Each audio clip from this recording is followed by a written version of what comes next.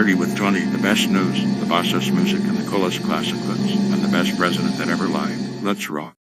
Hey, Kimo Sabis, it's the Trickster. Welcome to another edition of 30 with Tony. We got the best news, the bossest music, and the most amazing classic clips. Hey, you know, I used to be a vice president under Ike, and I was the bossest vice president, and we used to sing doo-wops in the White House, and it was boss, and I got the boys today to do it again. So hit it, brothers. Boom, boom, boom.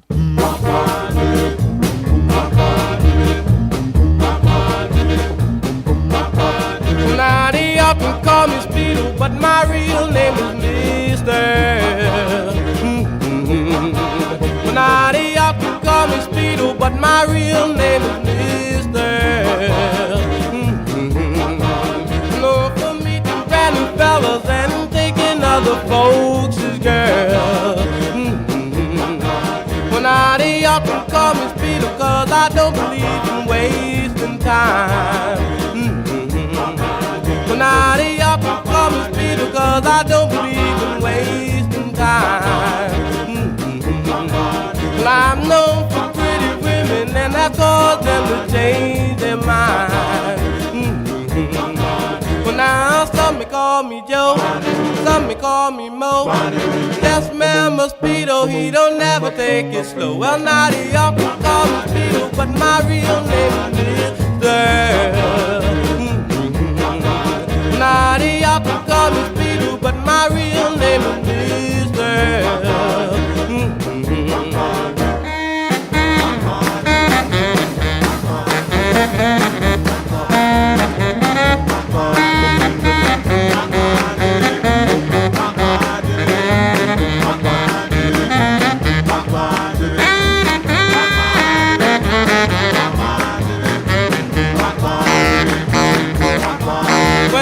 Some may call me Mo, some may call me Joe. Yes, man, my Speedo, he don't never take it slow. Well, now they all call me Speedo, but my real name is Mister. Well, now they all call me Speedo, but my real name is Mister. And now they gonna call me Speedo till they call off making pretty girls.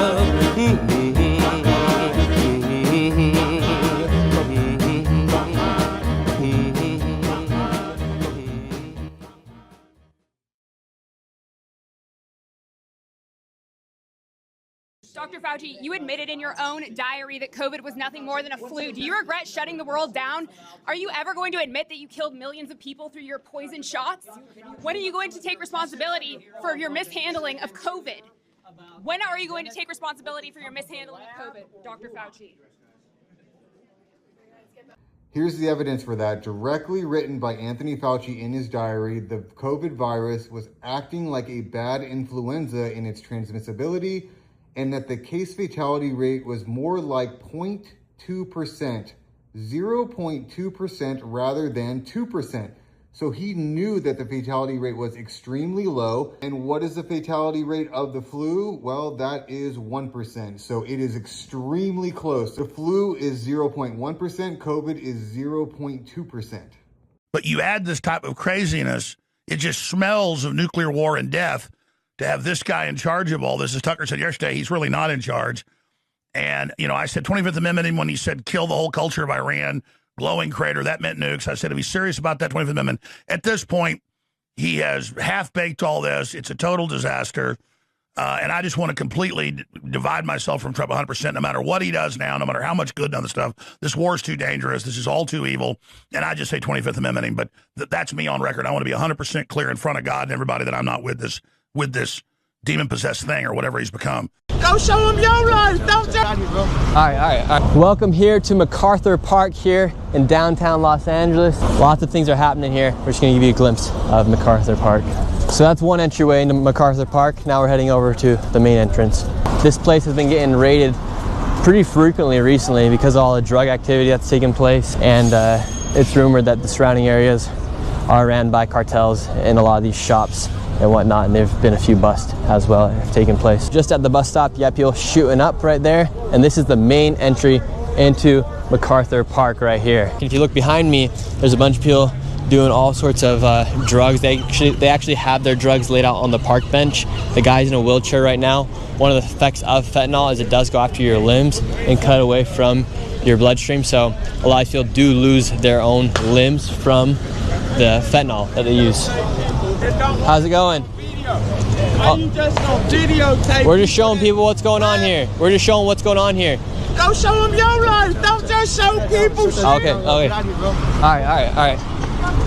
right. So we've been here for a few minutes and now we're out. Just like that, we have gotten kicked out of the park already by the drug dealers and the users themselves. That was really fast. And currently, right now, with everything that's going on here inside California, Gavin Newsom and his wife are currently underneath investigation. And right now in Poly Market, it says there's a 23% chance that Gavin Newsom or his wife will be federally charged by December 31st, 2026. It's a bit crazy what's going on here inside California, and this is just a small glimpse of it here in MacArthur Park. Attention viewers and listeners of 30 with Tony. The following segment contains either mature or profane content. Parental discretion is highly advised. Yeah. Damn. I can't come down here and just like observe? Who said that? I'm just saying. You just saying what? I'm just saying that. You just saying what? I just said that. Get your dumb ass home. You Okay. come to start problems. That's what you're trying to do. I didn't start no problems. I'm educated, not have guns. I got a fucking flag, bro. I got a flag. That's what I got. I got a flag. If I get shot over a flag, that looks bad on you. Everybody's so mad about American flags.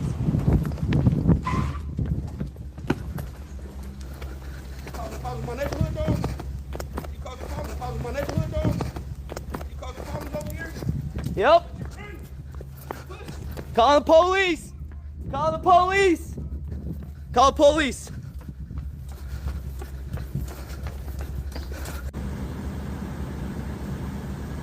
This shit hurts my heart, man.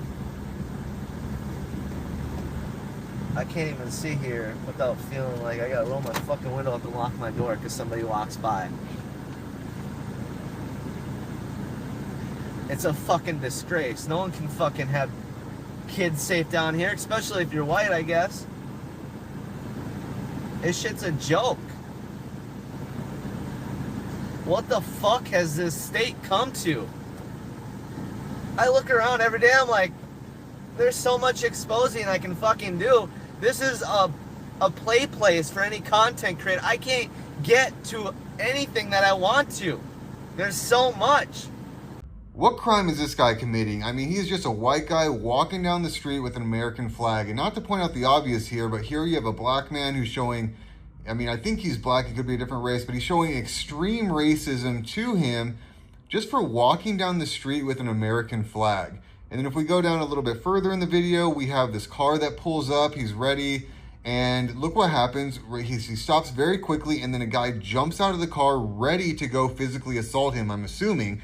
And just notice how quickly they had somebody with the car ready and somebody in the passenger seat to jump out, and the guy actually has to run away and scream that I'm calling the cops, I'm calling the police, because very obviously these people rolled up on him and they were going to harm him. They were clearly going to physically assault him. He gets in the car, he says that he's not safe, you know, he doesn't feel safe even sitting in the car. And let's see what the comments have to say about this. Let's just go to the top of the comments here. Should be hundreds of people with him with American flags, disgusting savages. Minneapolis is not the same, vote red. What are you going to do about it? This is probably a troll. Vote red. It's unreal what the government has allowed to happen. Supreme Court has failed us. Why is this being allowed? Minnesota is nothing but a hellhole now. So everyone agrees that this is just disgusting behavior. And just think about what he says. So when he's talking in the car here, you know, he's saying that you cannot be in this state and be a white person. You cannot raise a family as a white person because this is what you encounter. You encounter this extreme racism just for being white and having an American flag. And you know, we don't have to put up with this. There should be the National Guard that goes in, identifies these people, and they should just all be mass deported. If they're American citizens, guess what? They shouldn't be here. They should be denaturalized and deported just like the illegals that are in this country. If you are going to act like this, you should not be here. Brothers, if you listen to, I don't know if you were black men, you weren't always the low-life piece of crap that you are now. You used to be a man. You used to be a man. One of the problems, I don't know how widespread it was. But when the black man was in the field working, Miss Ann would come out to the field with her bonnet on and her umbrella, and she'd say, homeboy out there with his shirt off, it was trouble. Mr. Charlie said, nah, Miss Ann, you can't go to the field no more. You've been talking about bring Billy into the house. Nah. Because that boy used to be something. Hell, we wouldn't have all this woman with woman now if black men could still turn on a woman. But tell you something, man, anytime a damn woman can turn your woman on, there's something wrong. Talking that talk. No, no. Brother, you need to wake the hell up. I'm not your enemy. I need to show you how to be a man, because you ain't nothing now. You ain't worth spitting on. Don't have a job, you ain't got no money, don't own nothing, can't thrill nobody, and you're getting worse as the days go by. Your children are running wild in the street and can't no damn body talk to you. You're poor as Job's turkey, stupid as hell, uneducated, and talking about Pastor Manning ain't for the black man. I damn sure ain't. No, I ain't for you. And I don't know if I can even call you a man, looking at your condition.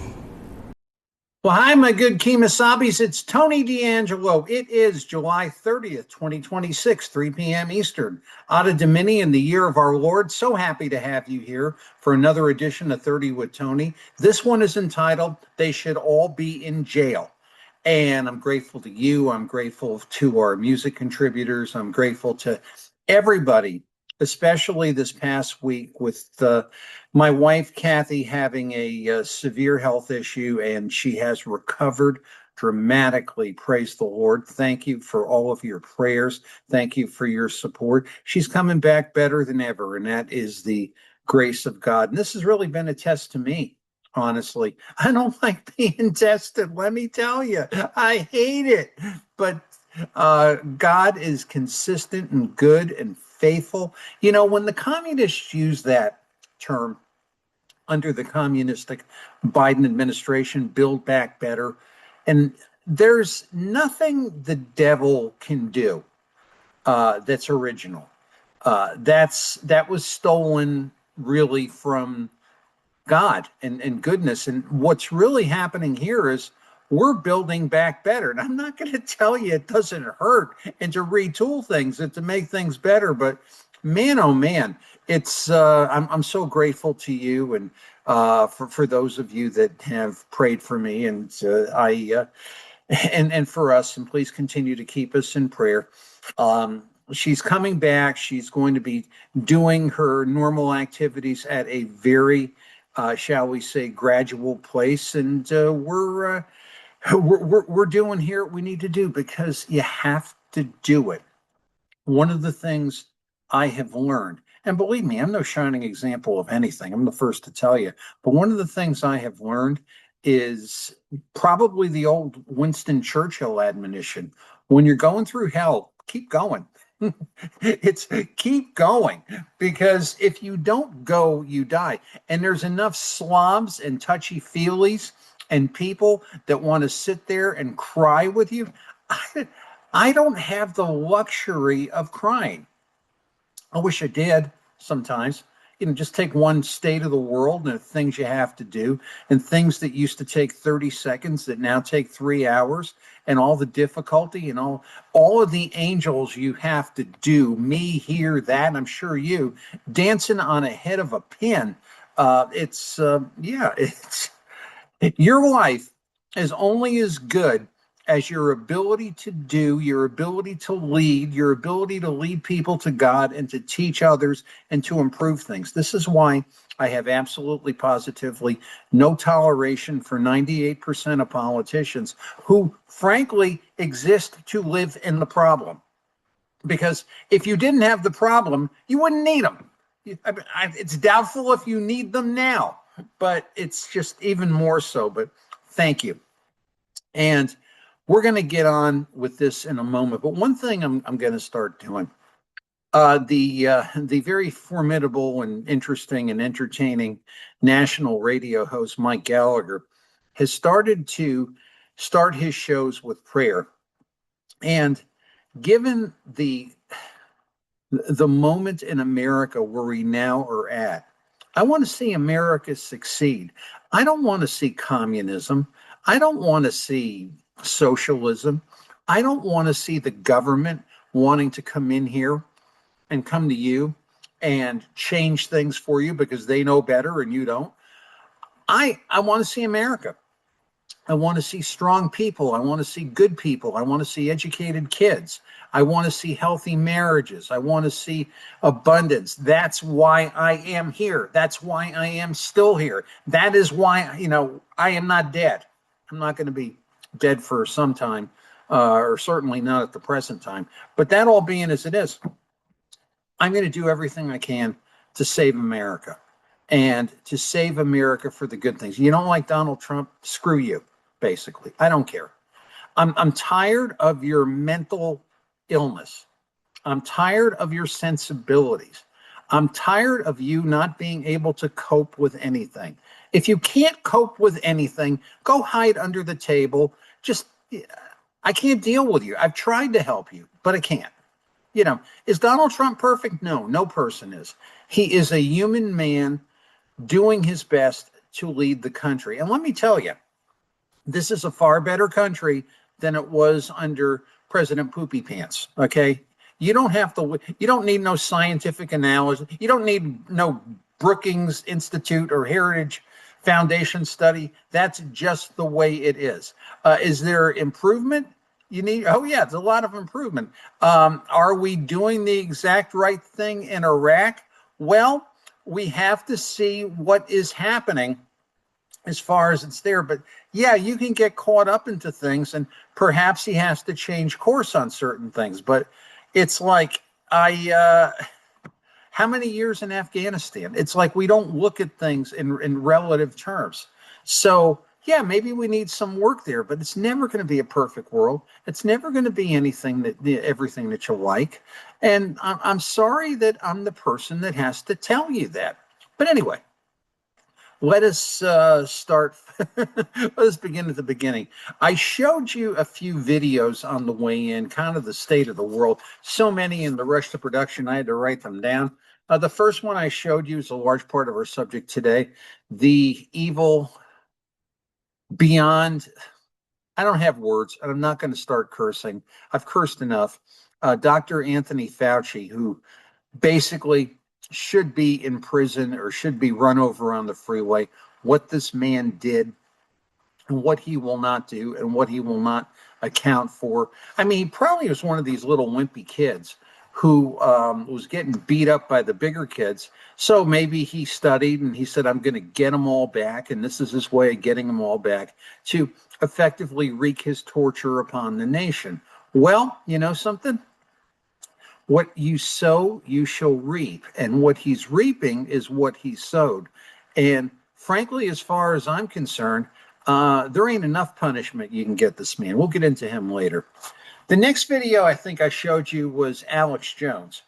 Alex Jones knows as much about national policy as I do about fixing an aircraft carrier's motor. I don't know what people see in this man. I don't know why they find he says things. He never follows them up. He's a lousy host. He has a lot more viewers than I do, okay? I'll be very honest about that. But he steps over his guests. He's a boob. I can't watch anything with him on it. And now he's calling for the 25th Amendment on Donald Trump because Donald Trump is involved in a war. Did it ever dawn on this rockhead that, Iraq had nuclear weapons and nuclear capabilities? These are very evil people. And they would certainly blow out the United States in 5 minutes if they could. As far as he's concerned, no, you got to get rid of Trump. It's the 25th Amendment. Well, our movie's going to be dealing with some of that. We're going to show you later our movie review, The Caine Mutiny. But I just had to show that to you. People send me things with Alex Jones's face on it. I delete them and I tell them, don't send me him. The next video, Nick Shirley.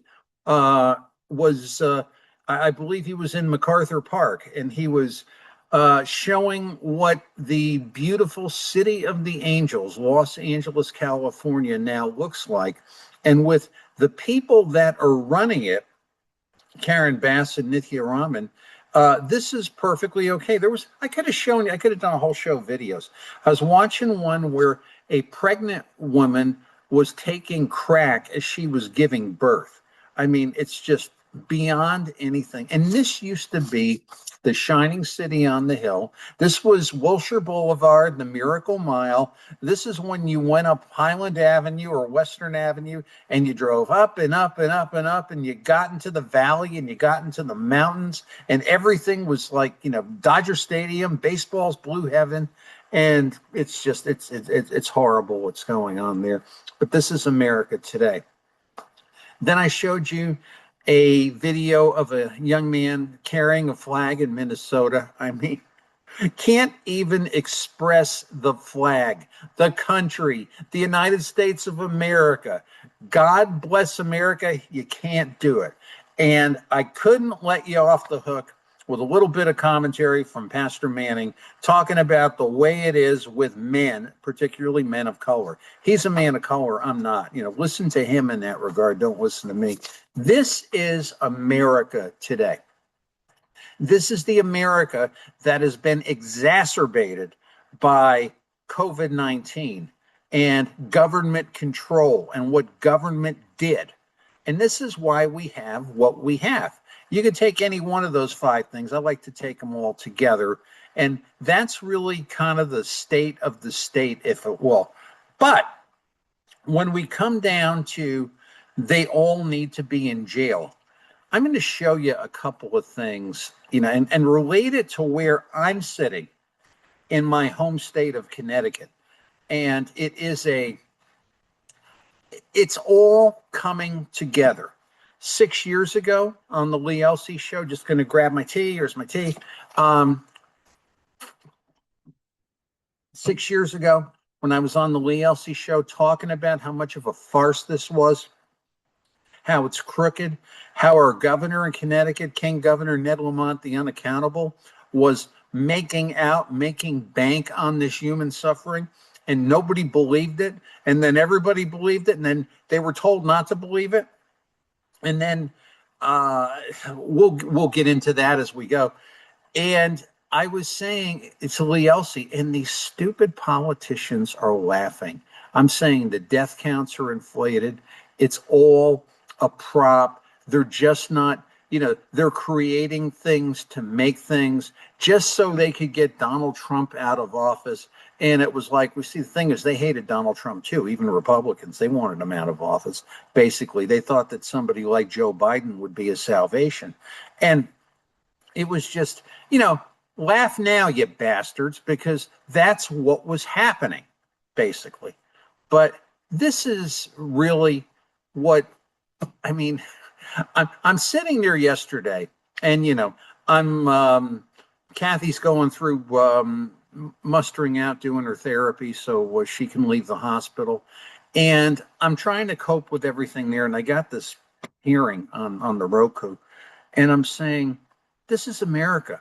This is basically, you do the most heinous crimes known to mankind. And, you just shut up and stand behind the Constitution when you don't have to account for them, because you got a sleazeball, incompetent, non-compass menace president, if it was even him, that auto-penned your part. It is so sickening. But let's get into what we need to do here, because I think the way I'm going here, I need to get here and start this show with prayer. So if you bear with me, actually don't bear with me for a second, pray. Heavenly Father, we come before you with humble hearts, asking for your mercy and your peace in this uncertain hour. We lift up the leaders of our nation and leaders around the world. Grant them wisdom beyond their own understanding, courage to do what's right, and discernment that may prevent needless suffering. Guide every decision with justice, restraint, and a desire for peace. Lord, we pray for the brave men and women of our military and for our police officers, firefighters, paramedics, and all first responders, including the officers of ICE. Surround them with your protection. Strengthen them for the difficult days ahead. Comfort their families and bring them safely home. We ask you to watch over our country, unite us in purpose, calm our fears, and remind us that our ultimate hope is found in you alone. May your peace rule in our hearts, your truth guide our nation, and your hand of protection rest upon the United States of America. In Jesus' name we pray, and all God's people said, amen. I'm going to start every show with prayer. I invite you to join me. And if you don't like it, don't watch. Okay, let's get into what took place yesterday. You're well aware of the story. I don't need to repeat it. A lot of people out there are repeating the story. Not that that's necessarily a bad thing, but it's always my, shall I say, my endeavor to take us to another place as best as I possibly can. So let's go to here. This is a gentleman here on Twitter, Dr. Simon. He's got a lot of fun. He's a biotechnologist and a sunlight maximalist. Boy, I like that guy. Give me a convertible any single day of the week. Founder of Sunfluencer, living off grid and building a bunker in the Brazilian jungle. I can dig it, man. I can really dig it. Whatever that means and whatever. But I want to talk about COVID-19. I want to talk about the pandemic. I want to talk about Fauci. I want to talk about our governor currently, Governor Ned Lamont. I want to talk about Andrew Cuomo, Tim Walz, who was the governor during COVID in California? It was Gavin Newsom. And I was trying to think because I know he was the mayor of San Francisco. But this is what they did. And I was going to read this to you, but it's just easier for me to show you. This is what went on. How they engineered the fake pandemic. China released stage footage of people dropping dead in the streets, scenes never witnessed anywhere else in the world before or after December 2019. Now, I want to show you something here, which I believe you'll see. And if you see it, fine. If you don't, I apologize, and I will send it to you. That date, 2019, is oh so critical because that's when things started. This didn't just come upon us in 2020. This was well in the works before that.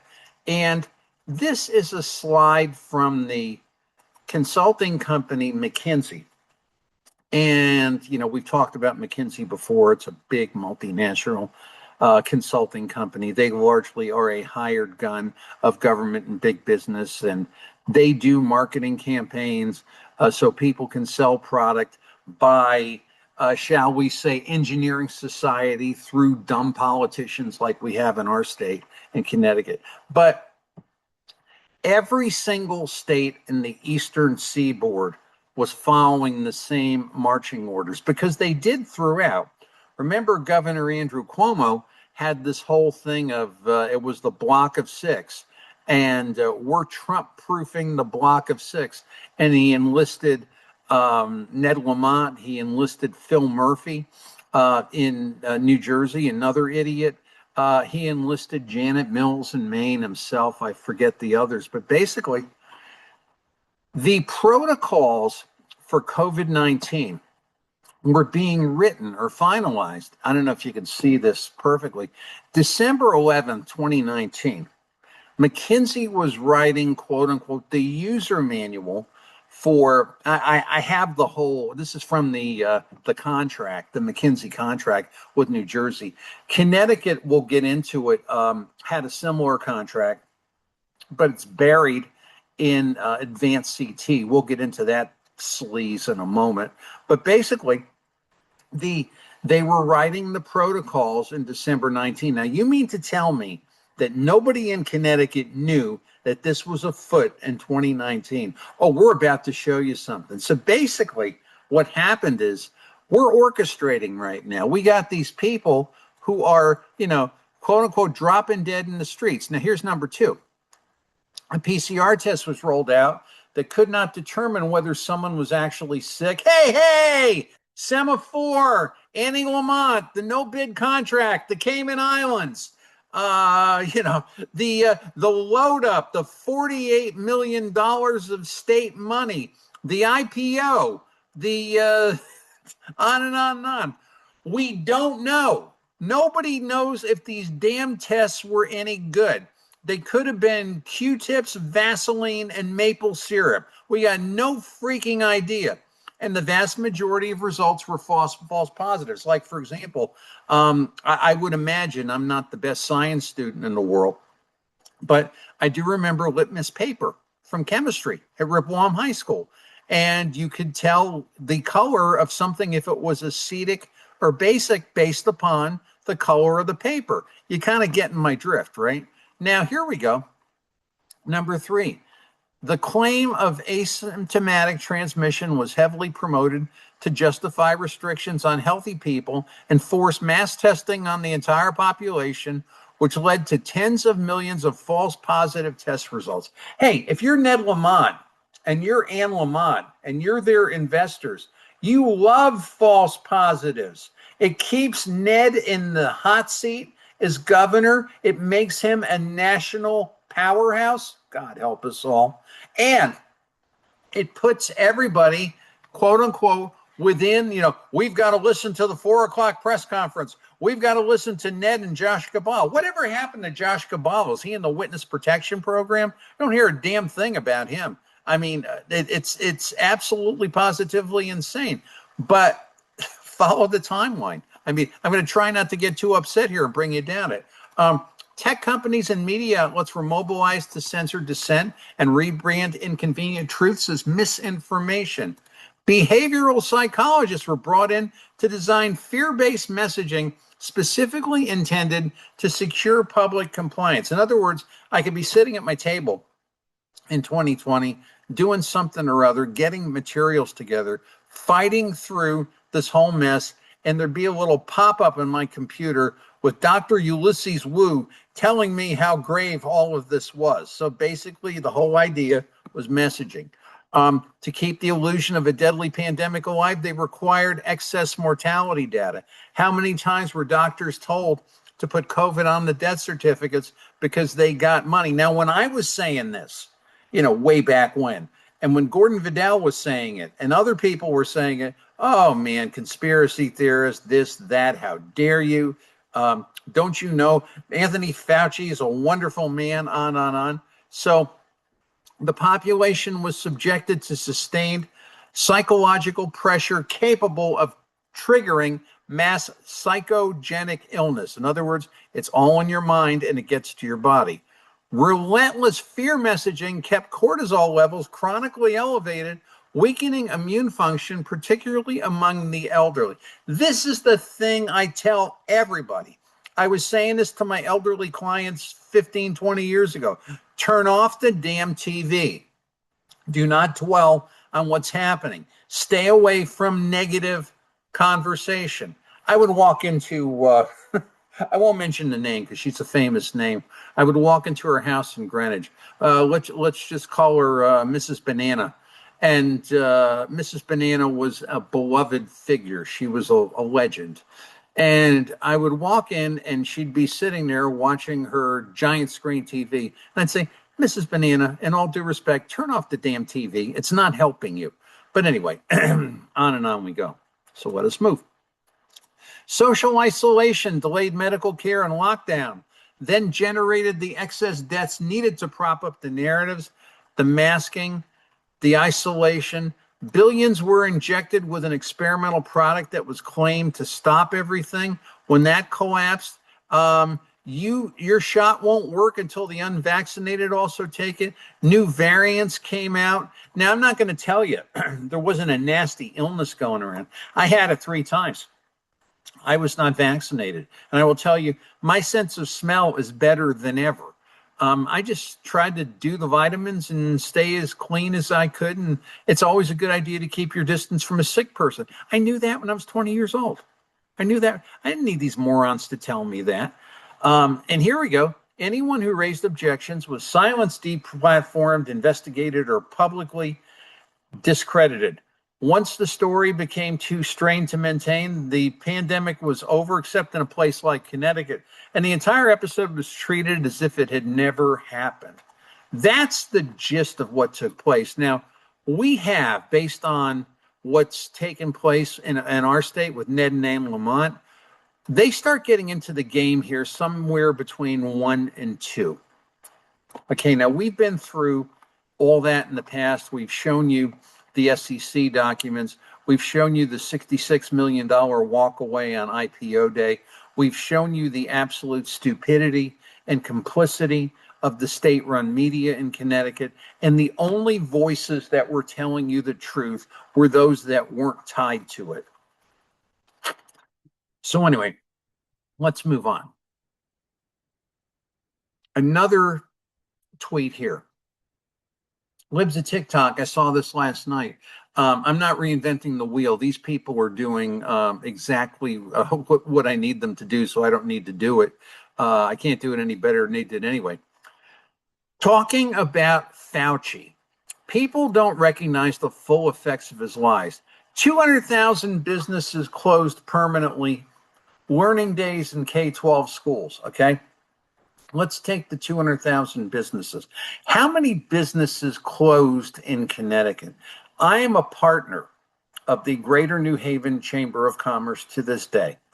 I may ask myself some days why, but that said, in 2018, the Greater New Haven Chamber of Commerce was a sanctuary and a resource and a sounding board for small businesses.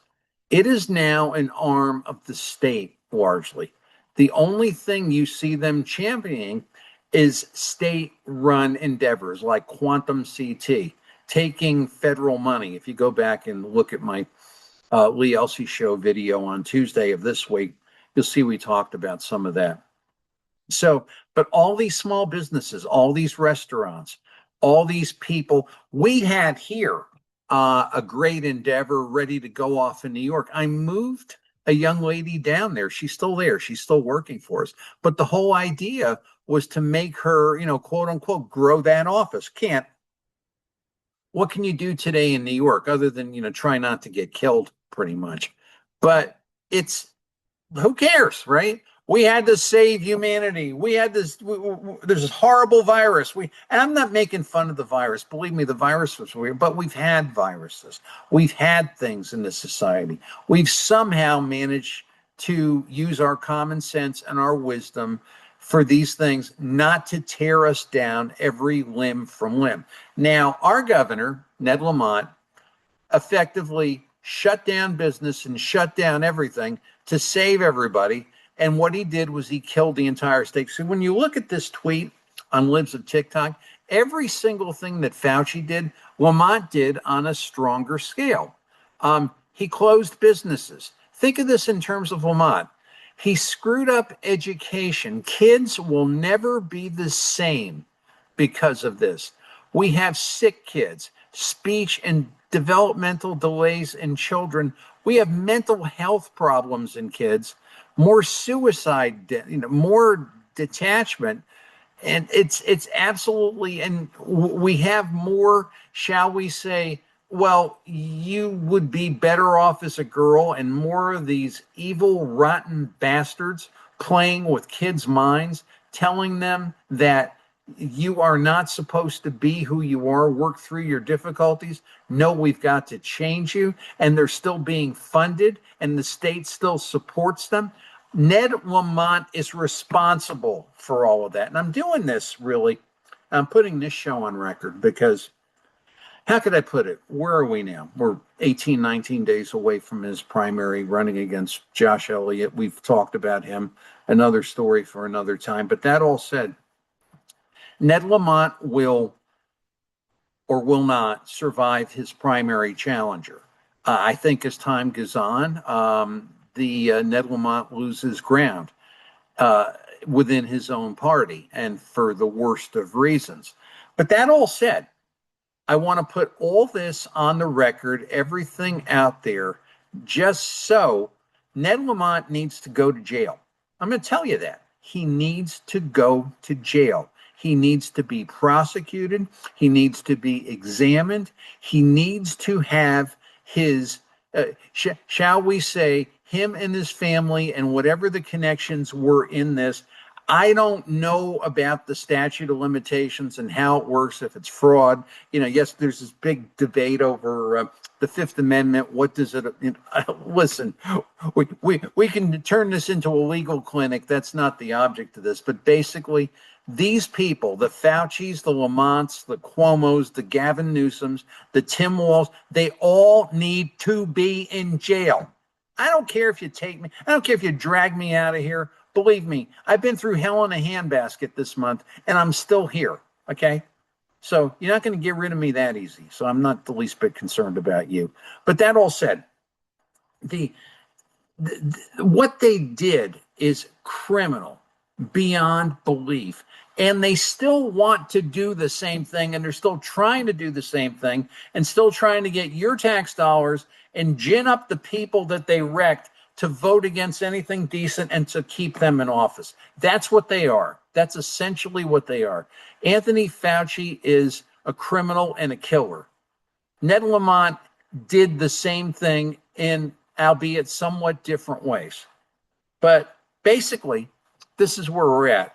Now, I've talked to a lot of people who were fired over vaccinations. They said, I'm not taking that thing. I don't know what's in it. Gone, goodbye.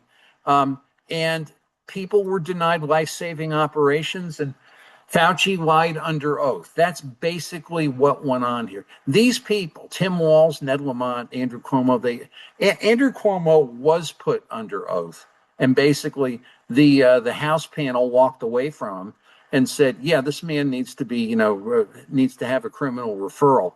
And, a lot happening with that, right? A lot happening in Washington with a lot of things that never seem to happen. This is really the discouraging thing. But I've got to tell you what this is. As Fauci was doing his thing, Ned Lamont and the other governors were playing Ginger Rogers to his Fred Astaire. Anyway, here's a little bit of Fred Astaire. August 3rd, 2020. Okay. Go get yourself, strong drink. Don't drink liquor. I want you to be sober to watch the show. But basically, look at that mug. Look at that imperious, rotten mug. And we've got article August 3rd, the Connecticut Mirror, Mark Pazianowskis, if I'm pronouncing that correctly. And Ned Lamont showing up on a call with Fauci. In other words, Donald Trump and Donald Trump's then Secretary of Surgeon General and Secretary of HEW, we don't care about what any of them are saying. We're getting this turncoat to effectively advise us and to confirm us in our error so we could have enough confidence in telling you that Donald Trump is no solution and we are. So here was Fauci going and actually given marching orders to Ned Lamont. What about Scott Gottlieb, right? We've talked about him, Dr. Scott Gottlieb, who basically was in this thing to quote unquote, because he's a board member of Pfizer, and they were pushing vaccines and Ned Lamont was pushing testing. And you can go back and look at videos of the press conferences they did. I mean, basically, these guys were in it for the money, honey. They didn't care about you. But listen, they'd rather, they'd rather have you dead so you don't have to take as much welfare from the system as you are. But basically, we had these conferences with Fauci and Lamont and video conferences, and Fauci was talking about the what we all need to do, and they were fighting over whether they should go to school. Lamont was back and forth. He said, I don't know, maybe you should. We'll leave it up to the school boards. No, wait. The artificial positivity count is high. It was the most mishmash, misleading, misaligned piece of garbage. And you had the state-run media talking about how Ned Lamont saved us from ourselves and saved us from being dead. Sickening. Absolutely, positively sickening.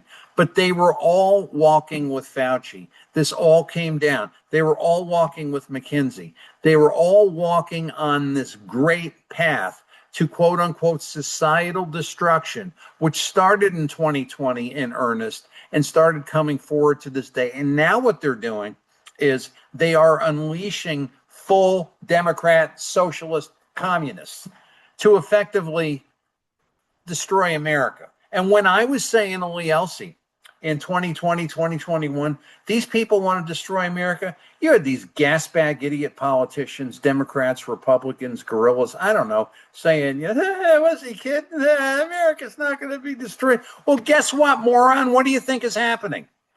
Anyway, it's just, anyway. So the debate, they were going after this guy like he was Jesus Christ of Nazareth, and not to blaspheme the name of my Lord and Savior, but basically this guy here was taking it, and he was preening, and he was so I am science, you are nothing, and he lied, he twisted things, and the question is, how much did Ned Lamont lie? I mean, you see, and this is the whole thing. Just going to get another sip of tea.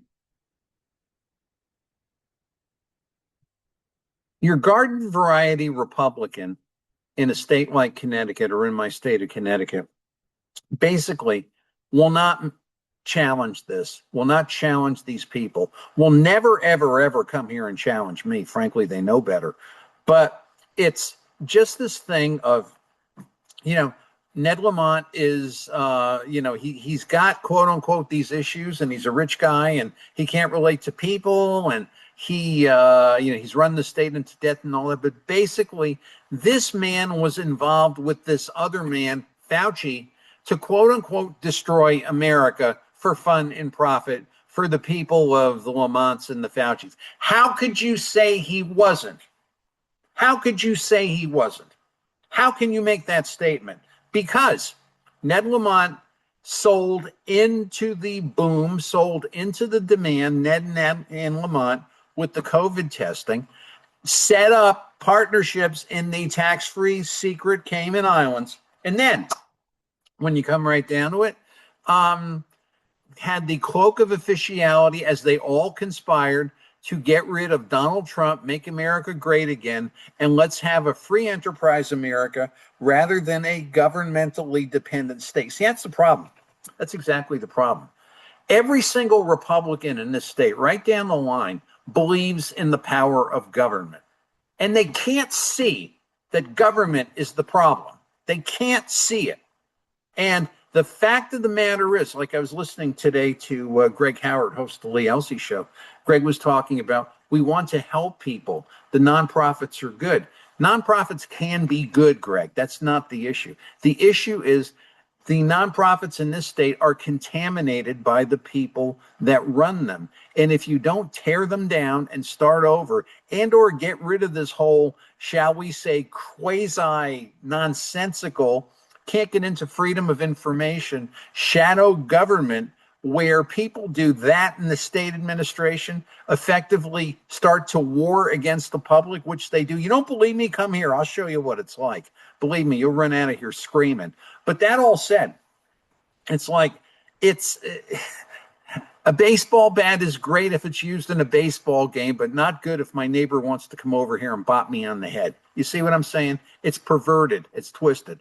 The discussions I had with Betsy McCoy about that, which were very brief, is that, and she's absolutely right. This whole thing, quote unquote, is the buying of the vote. Hey, I can buy 500 votes if I can staff a nonprofit with 500 people, right? They're not going to bite the hand that feeds them. The belief in government, it was never the idea of government to be that sort of help for people.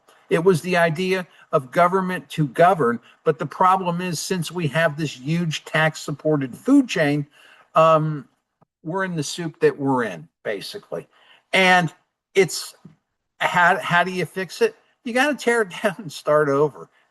Try Try fixing a leaky radiator with bubble gum. And when they look at the reforms, and they say simple common sense reforms. I'm so tired of hearing Republicans in Connecticut say that. You don't need simple and common sense reforms. You need draconian boot on the neck reform so this thing doesn't happen again. It is the only way you can fix something. You want to kill something or someone, you got to kill it dead. Okay? It's simple as that and just as difficult. Sorry to tell you that. But let's look at the creepy stuff for a moment. Let's look at what this particular person here, Governor Ned Lamont, was involved with. And the reason why I'm telling you this today is if Lamont gets beat, I don't want to see him go off into the sunset. I don't want to see him, quote unquote, be hailed as this great historical figure that saved us from COVID and was a great governor during this time of difficulty. He wrecked the state even beyond where it was already wrecked. And there was a little bit of help at that time to putting things back. We've lost all these corporations. Our cities are effectively places where if you were going to give the world an enema, that is where you would put the hose. But nonetheless, I don't want to see that happen. And so I'm doing this today. All right, let's look to see. How did this thing get jimmied? How did this thing get tricked? Now, remember, you went back to here, actually not to the prayer, but if you went back here, 2019, everything's gearing up and they're getting ready to spring this thing on you. And of course, Ned Lamont knew nothing. Ned Lamont wasn't involved in any of this. You know, he was just some smiling goof in Connecticut. We were told, or shall I say, that we're going to fix things and make them right. Now, if you go back here to this article, and this is February 3rd, 2020, this was rolled out perfectly like a 5-act play or a 6-act play. The Connecticut Economic Resource Center announces a rebranding and a new VP. Because put it this way, if you're going to, quote unquote, do something very dirty and very under the table, you're going to do it where people can't see it. Okay? Don't want to get ahead of myself there, but we were told that the Connecticut Economic Resource Center, their letter here, going back to 1995, you can write this number down if you want. If not, go back and look at the tape of this show. 061369657 is rebranding. They're rebranding and they're going to have this new hot thing to collaborate closely with the Connecticut Department of Economic and Community Development. And they're going to have a new VP and everything is wonderful. And this is all great. We're rebranding. Now, let me tell you something. If you rebrand a nonprofit, you want to give it another name. From working in this business, if you want to rebrand or rename a trust or you change a trustee or something, you do not need, quote unquote, a rebranding effort. You check a box and you put the new name down. And we talk about international business clients engaging. They got this guy in who was David Campbell. I don't know what happened to him, but we've got this new hot thing and we're excited. And we're going to have job creation working in partnership with DECD and the private sector. Co-chairs Indra Nooyi and Jim Smith. Now, very curious. These two people ended up on the COVID advisory board 2 months later. Indra Nooyi, I think you remember her. She was the Indian lady who was the chair of PepsiCo. If you go way back, she was on an apprentice show with Donald Trump. And Indra and Donald were very good friends. And this is, pre-presidential Donald. Their headquarters are in, I believe, over the border in New York. I believe they're still there. Jim Smith is a curious character. He was Webster Bank for a number of years. Very tall, well-dressed man, kind of like out of GQ. Jim was Webster. I was me. Our exchanges and people we had in common. I'm not a fan of Jim's. I'm sure he's not a fan of mine. But basically, Jim is a quote unquote stated Republican, and these people are quote unquote, we're all bipartisan, we're all going to help, we're all wonderful. And David Lehman is the commissioner of the DECD at that point. He kind of turned tail and ran after the digital currency group scandal. I have no idea what happened to him and really haven't followed. But basically, we're rebranding. Okay. What is rebranding and why do we rebrand? Now look over here. Okay. There's your letter. We've been through this before, but I think today, apropos of what we're doing, we need to look at it again. And they come over to here and they say, we're not rebranding anything, actually. We're setting up a brand new foundation. We're setting up something called the Advanced CT Foundation. Oh, yeah, they rebranded this guy over here by changing the name, but they set up a brand new organization. And why did they set up a brand new organization? Because they needed something to house the COVID-19 quote unquote operations in. And why did they do it in a nonprofit? Well, they did it in a nonprofit because nonprofits are exempt from freedom of information in the state of Connecticut. And I don't know, Ryan Fazio, whosoever, how you're going to fix this damn state unless you fix that. And if people don't want to fix it, then it's time to call them surreptitious communists because that's what they are. But anyway, so February 12, 2020, right? They send in their application. Now, curious over here. This is February 3rd. They're saying they're rebranding. I've never seen, and we've been through this on the Lee Elsey show, and this is a 60-page document. I'm not going to bring you through it. And they hire, very good firm, Pullman and Comley, to do this for them. I've never seen a Incorp go so quickly. And if you go over here, actually, if I can blow that up for you a little bit, look at this number, 84-453-0545. Look at here, 06-136-9657. They ain't rebranding nothing. What they're doing is they're setting up a brand new organization. This is the one where we found that they were using McKinsey to quote unquote call the ops, as McKinsey was calling the ops, Jim Smith's signature. Call and see the number there much more clearly. They were doing this, calling the ops in COVID-19. Now, why did they do this? Because the Cayman Islands are involved, because the Lamonts are involved in testing, because there's a whole lot of other creepy stuff going on. They don't want any of this in public disclosure. And I do remember a couple of the Republicans like Candelora and Clarities who were complaining about this at the time. But all they really did was just sort of sit there and beat on a bongo drum. What they didn't do is drill and ask for the paperwork and say why this is happening. Not only that, but all of the meetings and all of the goings on and all of the dirty stuff that took place is in that foundation, is in those records. And the other thing is, which I've said on the Lee Elsey show 50,000 times, you do not need an act of the legislature to find out what is what took place, what they were discussing in this organization. It is, quote unquote, up to the leadership of that foundation legally to release those records. Now, you know something? I am going to go a little off the page here. I hadn't planned to do this. These are the people who are responsible for those records.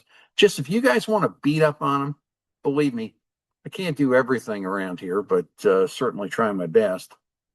And waiting for that to come up. While we're waiting for that to come up, we won't slow up the show. But anyway, if you want to, quote unquote, ask about those records, start calling those people to task. And let's just see here. There we go. It's a heavy page, takes a while to load. Now, here are the people. Let's see if I can find it.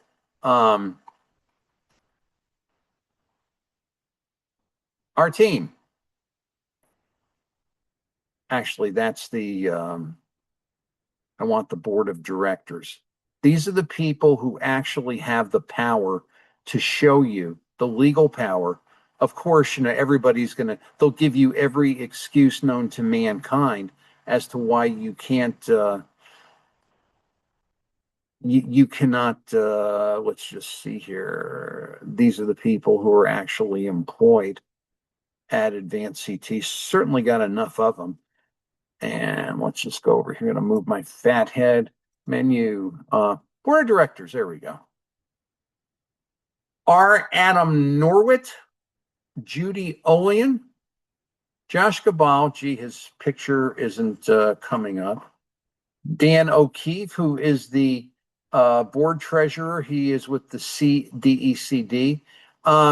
Gregory Butler, Eversource, married to Themis Clarities.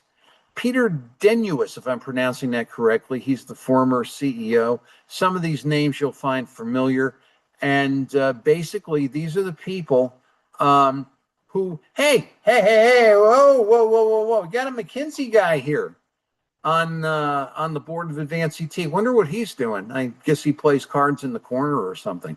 But basically, these are your players, and these are your players. This is, quote unquote, your shadow government in Connecticut. There's Josh Cabal. I guess they were copying his picture for witness protection.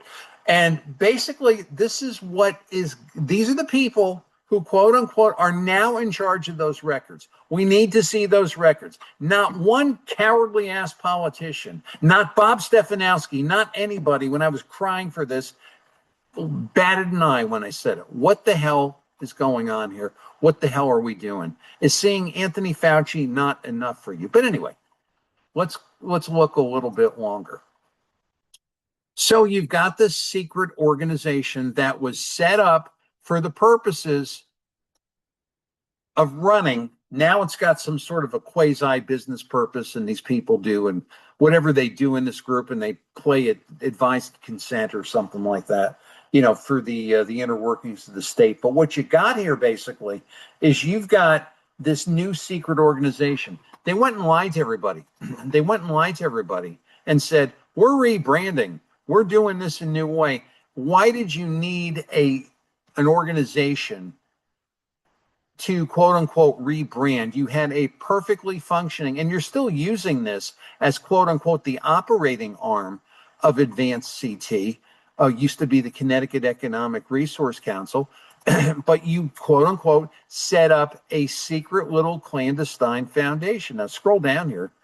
There's just so much in this that I can't really show you every single thing in the interest of time.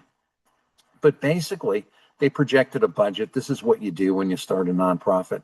And they listed everything that's there. I want to get over here, if I can find it, to show you how malice aforethought this thing is. Yeah, here we go. Here's the actual Secretary of the State of Connecticut non-stock filing.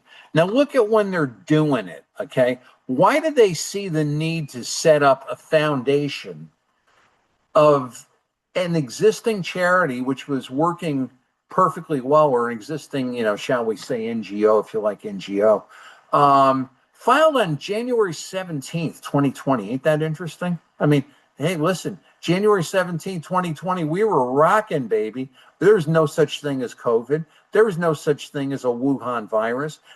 We didn't know Anthony Fauci from a hero sandwich, basically. Few people knew who he was. But they're setting this thing up in January of that year.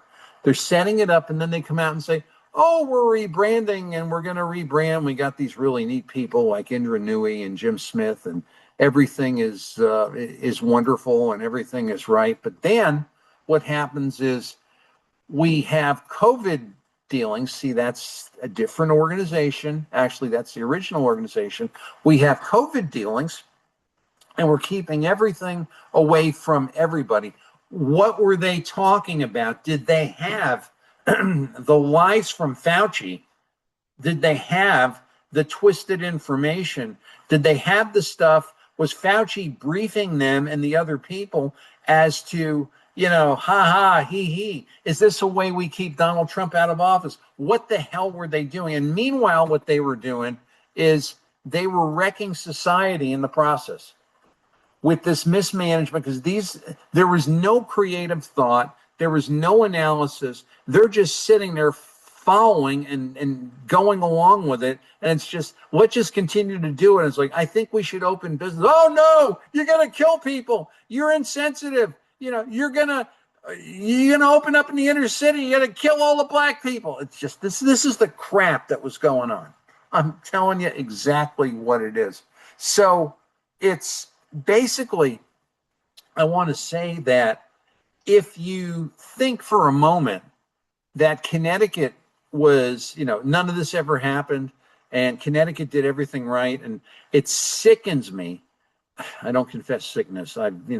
We've overcome enough sickness here, but that Republicans are campaigning and they're not bringing this out, and they had no intention of bringing this out, and they're still talking about their friends on the opposite side of the aisle. I mean, basically, this was the juggernaut which started the whole thing in place to take us where we are today.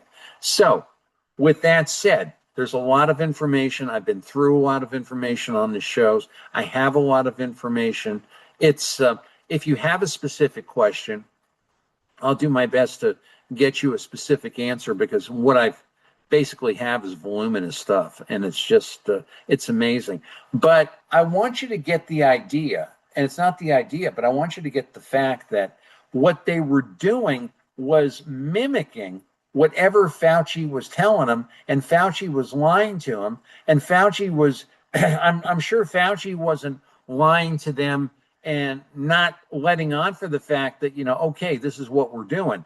And they didn't know anything about it. And then if you are in a position where you do that, you test the assumptions, you ask what to do, you wonder if you're doing the best thing. You do what Florida did. Look at where Florida is. Look at where Connecticut is.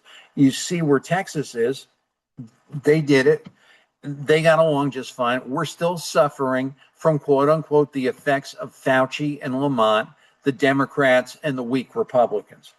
I'm angry about that, because this state does not have to be in the sick, sordid mess that it is. And shame on anybody who thinks that fighting this mess and this communist mess and this oppressive mess with 1995 methodology is going to do the trick. Let's review. Going to get a sip of tea. Honestly, let me get his rotten mug off the screen. Good tweet, Dr. Simon. This was done on July 16th. This is a great roadmap of what actually went on with respect to COVID. I made the statement, the Lamonts get involved here between numbers 1 and 2. And if you go to here, if I can get that up for you, hopefully, we see McKinsey riding the dance steps in 2019. Why is the McKinsey guy on the board of Advanced CT? Believe me, that was as much a surprise to me as I'm sure it must be to you. Anyway,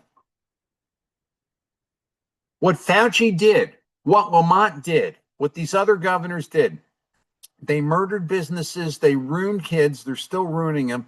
Kids have mental health problems. What a great chance for Ned Lamont to come out and say how wonderful he is, and throwing money and paying evil and demonic people to fix the mental health problems of the people that he ruined. And suicide deaths, oh yeah, throw more money. More drug addiction, yeah, throw more money. People denied operations, who cares? Who cares? They hate you. We're marching in lockstep with this guy in Connecticut. We think he's the greatest thing in the world. He's jumping on conference calls. He's going against the will of the president of the United States. I don't have to tell you what a bad individual he is. God will judge us all. But basically, people in Connecticut and people in Connecticut government, Lamont, Scanlon, Ritter, Duff, they need to account for what they did in following this man and not questioning him and his evil quest to hurt the people of Connecticut. Oh yeah, if we're going to do something dirty, we're going to quote unquote, we're going to set up 2 sets of books, a mob tactic going back longer than I can imagine. And in this set of books here, this brand new foundation, this brand new thing that's so wonderful. Actually, it's the old one. We're going to set up a brand new organization so we can hide all our dirty business when the pedal hits the metal. I'm being very polite. We have Christian ladies in the audience. Notice there are 2 entities here. There is no quote unquote rebranding whatsoever. It was quote unquote, they lied to everybody. They lied to everybody to cover up what they did, much like this rotten individual did, because after all, he was their paterfamilias. And then when you look at the present day advanced CT, again, I'm going to look for the Kemosabe's to help with this. You need to beat these people informationally. You need to say, we demand those records. We demand you release them. Whosoever runs for governor against whosoever, you need to beat on them. You need to get to them and say, we need to find out what the hell you did. Because obviously you did something terrible and you don't want to tell us about it. And then if you're going to be like these people, they laugh and they scoff at you because they matter and you don't. So much here, and I apologize, but we'll stop the share. Hopefully we did something today. Hopefully we showed you what actually took place in Connecticut. And regardless of what may happen, regardless of where this comes down, I want this on the record. I want people to know exactly what took place. I'm sure if you're in New York watching or Minnesota watching or California, you got the same thing happening there, even though the tactics might be a little bit, Rhode Island might be a little bit different, but that's essentially what they did. What Fauci did was a crime against humanity, but these people that went along with it, again, maybe they didn't start the fire, but they toasted a whole bunch of marshmallows on it. And now they don't want you to know or don't want you to remember that they did it. Well, I hope that was informative and helpful. My name's Tony D'Angelo. This is 30 with Tony. We will be back with the rest of the show. You like our movie. You saw the Alex Jones clip on the way. It's he's such a piker. We're going to show you something really, really good, and we've got some really neat things coming up. And we got the honor group of the day. We can't let you away from the show without that. So we'll be back with 30 with Tony right after this.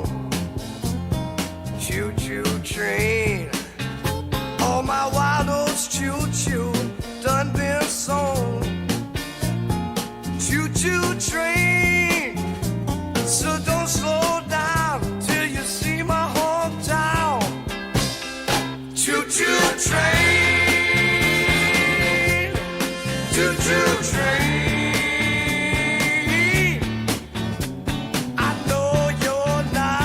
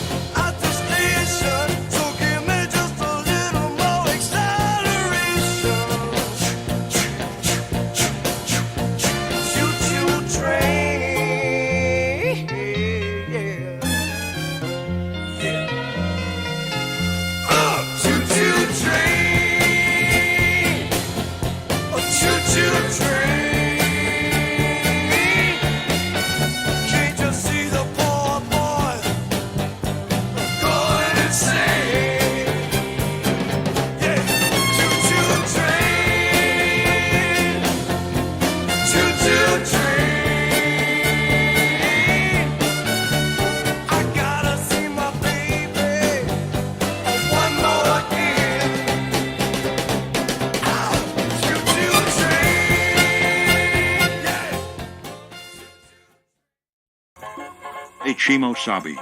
It's the honor group of the day. Today's honor group is folks that watch Captain Kangaroo. If you watched Captain Kangaroo way back when, then you are in the honor group of the day on 30 with Tony.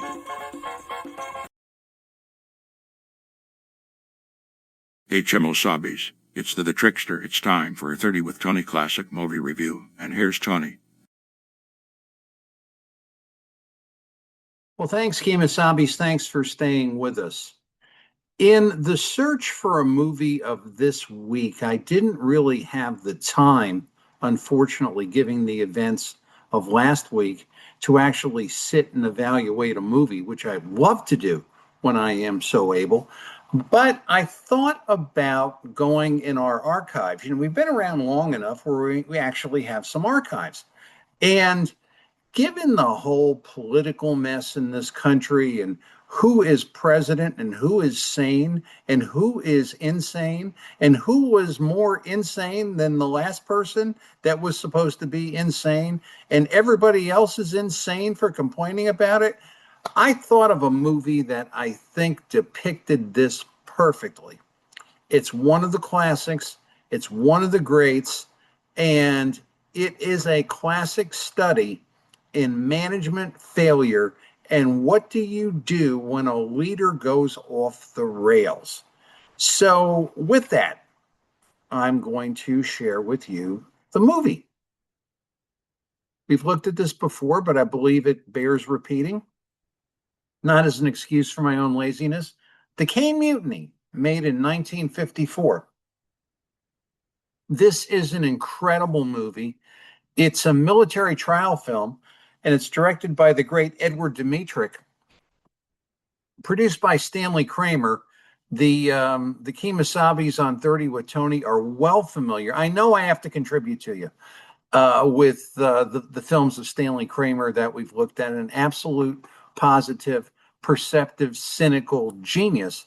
And the players, some of the best actors that ever lived: Humphrey Bogart, Jose Ferrer, father of Mel. He was married to Rosemary Clooney.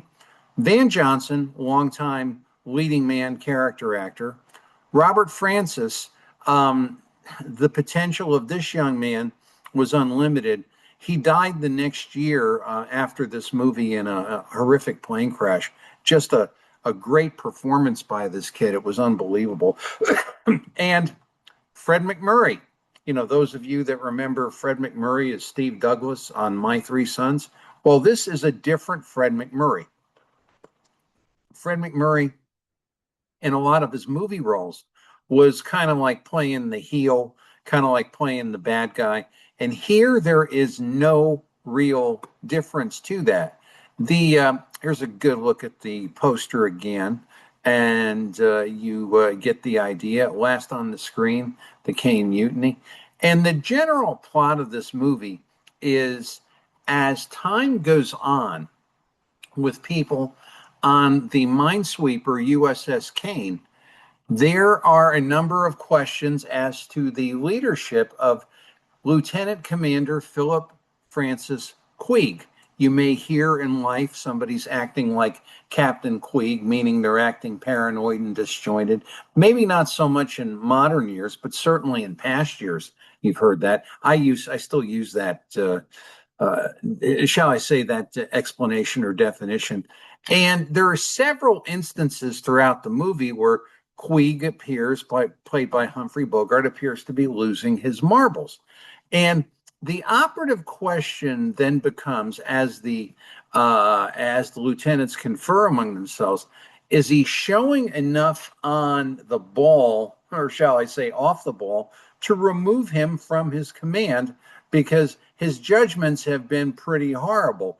And there's a lot of tension and byplay as to what do you do, what do you not do? Will he endanger us all? Or are we the people that are wrong in doing it? Will we be court-martialed because of the fact that we are taking over for him? And I'm not going to spoil that for you if you haven't seen it, but the scenes are incredibly taut, well acted, and well positioned. I have particular, shall I say, affinity for this movie or an affection, because one night we were watching it on TV, and my father said, "Hey, I ran that in Greenwich, actually at the old Pickwick movie theater in Greenwich on the Post Road." So, and he really was fascinated with it. Hopefully, he didn't miss any changeovers with the reels, but it's just an incredible, incredible movie. Now, interestingly enough, it was released in January 1954. It did not receive any Academy Awards, but it was nominated for Best Motion Picture, Best Actor, Best Supporting Actor, Best Screenplay, Best Film Editing, Best Music Score of a Dramatic or Comedy Picture, Best Sound Recording, Best Film for Any Source, Best Foreign Actor. Unbelievable amount of awards, this movie. It was nominated in the AFI's 100 Years. And the interesting thing, we'll scroll back to the top. The interesting thing about this movie is the portrayal that Humphrey Bogart gave raised a lot of questions in society. And here's a little bit of interesting knowledge, because we hear this a lot. You know, the minute something happens with a president, we all want to yell the 25th Amendment. And the film, actually, I can read it better than I can say it, influenced the drafters of the. Actually, I blew it. Let's go back to where it was.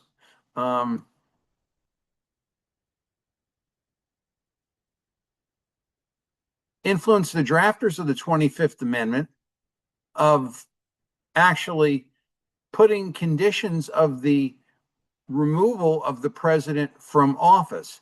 And it was decided that it could arise that if a president ever faced questions about physical or mental inabilities, but disagreed completely with the judgment, and it you have to cross a bar to do that. But it's interesting the historical impact this particular movie had. And this is really, the quintessential question. What do you do when the people above you are losing their minds? And do you usurp their authority? In today's society, there's a lot easier ways to deal with that. Most people deal with it by chickening out or quitting. But here, these people had no, shall I say, outlet, and had to make the decision. Now, the famous film is Captain Queeg showing his paranoia, the famous clip with the strawberries and counting the strawberries and having an investigation with respect to the missing strawberries. But I'm not going to show you that. What I am going to show you is the scene of Humphrey Bogart where he starts to lose it, where Captain Queeg on the stand starts to show that really he may not be up to the task. The film, The Caine Mutiny, made in 1954, starring some of the greatest people ever involved in the film industry. It was produced by the great Stanley Kramer. You're well familiar with him. Starring Humphrey Bogart, Jose Ferrer, Van Johnson, Fred McMurray, Robert Francis, May Wynn, and Tom Tully, who plays the commander. I'm going to send you to the scene, and then I'm going to send you to the movies. Enjoy it. It will give you a great perspective on today's events.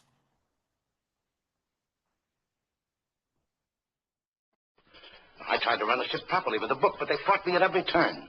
If the crew wanted to walk around with their shirt tails hanging out, that's all right. Let them. Take the tow line. Defective equipment, no more, no less. But they encouraged the crew to go around scoffing at me and spreading wild rumors about steaming in circles and then old Yellowstain. I was to blame for Lieutenant Merrick's incompetence and poor seamanship. Lieutenant Merrick was the perfect officer, but not Captain Queeg.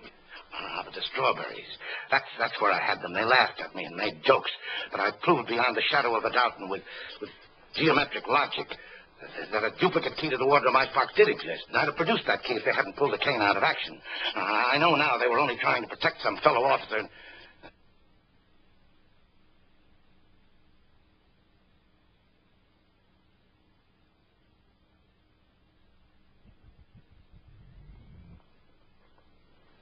Naturally, I can only cover these things from memory.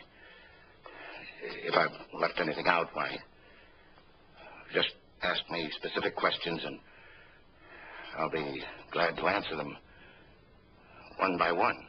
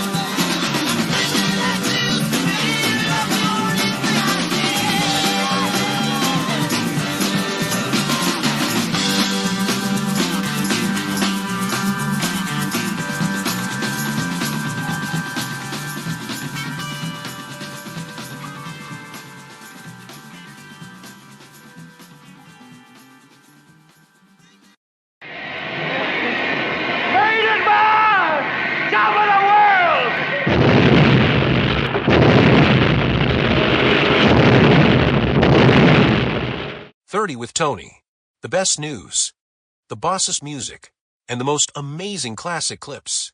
Watch us on X, Twitter, and YouTube Thursdays, 3 p.m. Eastern. Well, hi, Kemosabe's. This is the new boss set for a new endeavor called 10 with Tony. We will be breaking in at times with hot news items and items of interest during the day. People like to see what we're doing, and they want us to do it more. And I don't know how I'm going to do it, but we're going to do it. It's going to be great, let me tell you.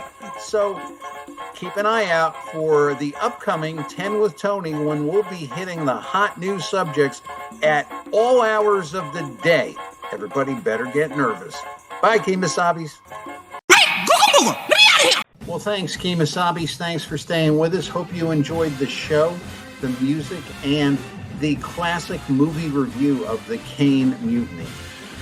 I like dealing with good things, so I think marriage is a good thing, and I have a marriage joke for you.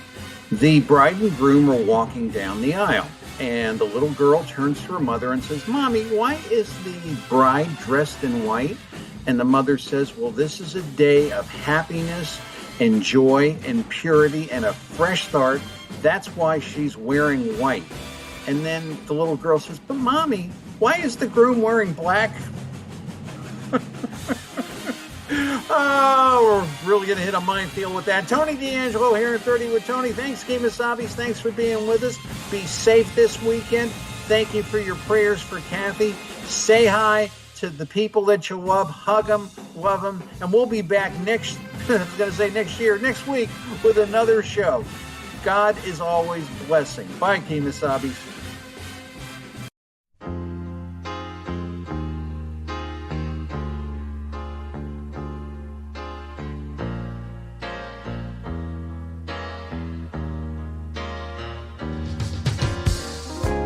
When the evening is over, put your head upon my shoulder, and I'll tell you something I believe is true. Happiness is me and you. In a world so distorted, where the worst is best reported, love may be something that will see us through. Happiness is me and you. There may be girls that I'll remember, who've made me happy for a while, but none of them compare with you, my love. However hard they all may try, if the bus that we're taking has for ages kept us waiting, what does it matter, even in a queue? Happiness is me and you. There may be days when you discover I'm not the man you think I am, but through it all we will recover without the aid of any plan. When the weeks turn to hours, and in June it's April showers, I'll tell you something I believe is true. Happiness is me and you. Happiness is me and you. Happiness is me.